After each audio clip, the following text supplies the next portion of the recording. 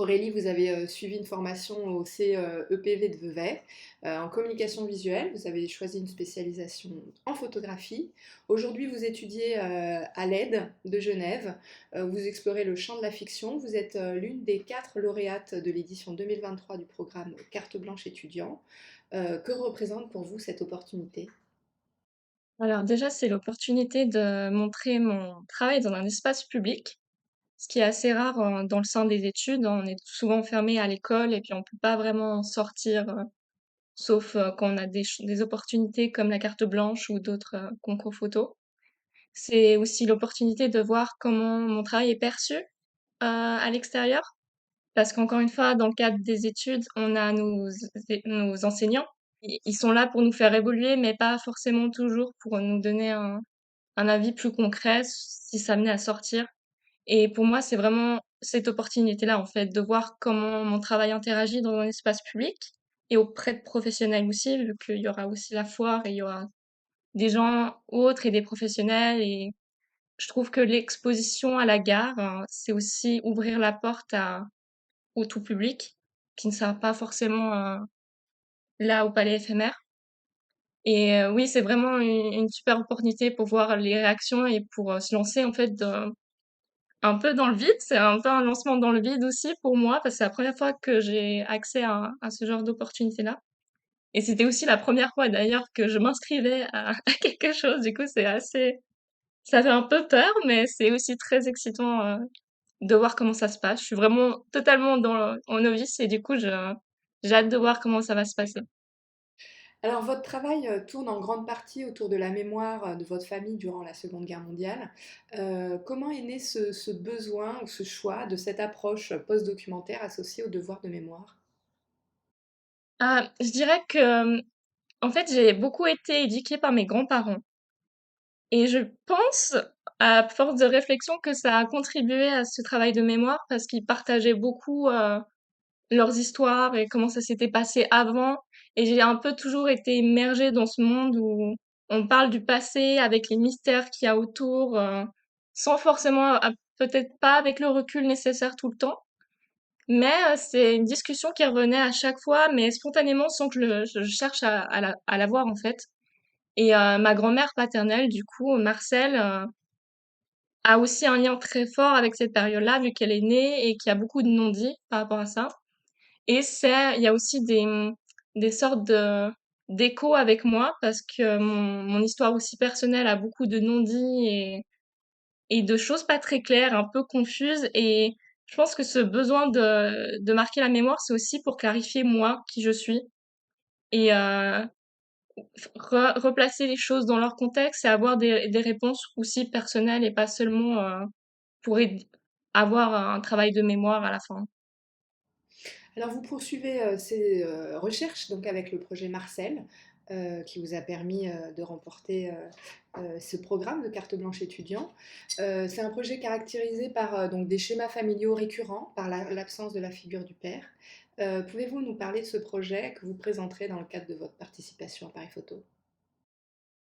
Oui, alors ce projet, il narre un peu l'histoire de ma grand-mère qui, dans sa famille, la figure de son père a toujours été très ambiguë et très faite de non-dits. On voulait pas lui dire vraiment la vérité sur qui il était, ce qui s'est passé. Et ma grand-mère, elle a fait toute une démarche où elle a contacté en France toutes les personnes qui avaient le même nom qu'elle.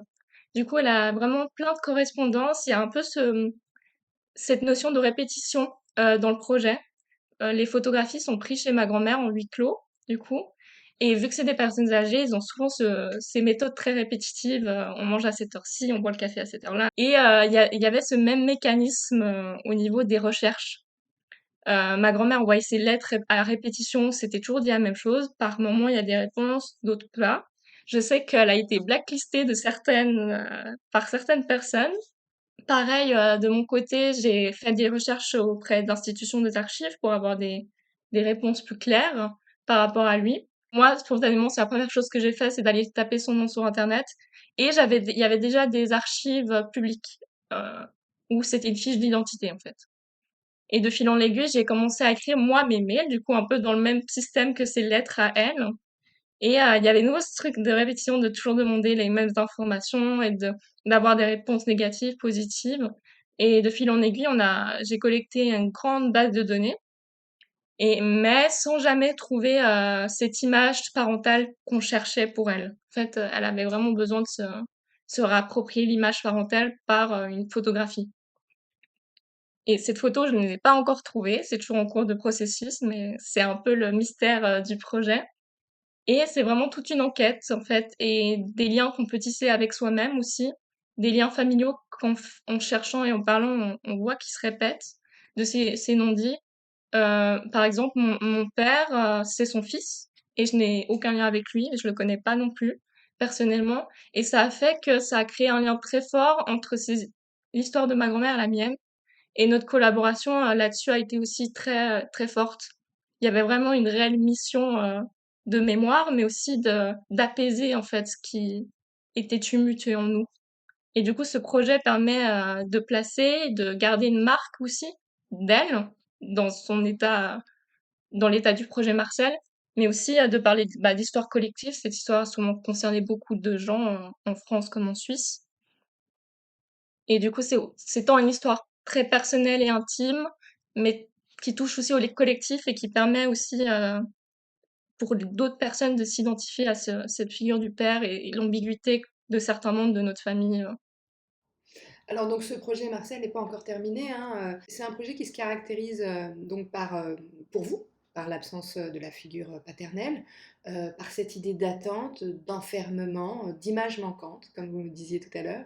Quelle serait pour vous la forme de restitution finale idéale pour exhumer une mémoire tant individuelle que collective finalement? Est-ce que ce serait par la dimension pérenne d'un ouvrage ou un caractère plus collectif, comme l'organisation d'une exposition? Alors moi, je tends à aimer que mes projets finissent en livre, en publication, mais je crois que c'est aussi une démarche très de photographe documentaire. On aime bien avoir nos projets figés dans un livre qu'on peut avoir sur nous et qu'on peut montrer aux autres en dehors des espaces d'exposition. Mais étant donné qu'il y a quand même ce rapport à la recherche, pour moi, créer un livre qui marque cet état d'enquête et de recherche continue avec des juxtapositions de photographies et ça me permettrait de déjà finaliser le projet, mais aussi de le condenser pour qu'il soit à la portée aussi d'autres personnes parce que l'exposition, il n'y a pas forcément toutes les photographies, il n'y a pas forcément non plus toute la démarche des archives derrière, que dans la publication, c'est vraiment l'occasion d'avoir toutes ces démarches ensemble et que ça crée une narration propre à elle-même. Du coup, ce serait vraiment l'idée finale, c'est d'avoir une vraie publication pour ce projet-là.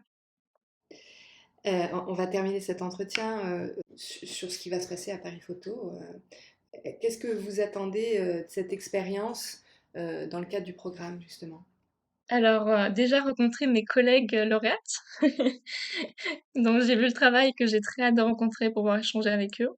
Rencontrer aussi la structure parce que, étant donné qu'on est souvent en train de discuter par mail, ben, on n'a pas forcément le contact humain qui est direct. Vous connaissez mon travail, mais finalement, en tant qu'humain, on se connaît pas vraiment beaucoup.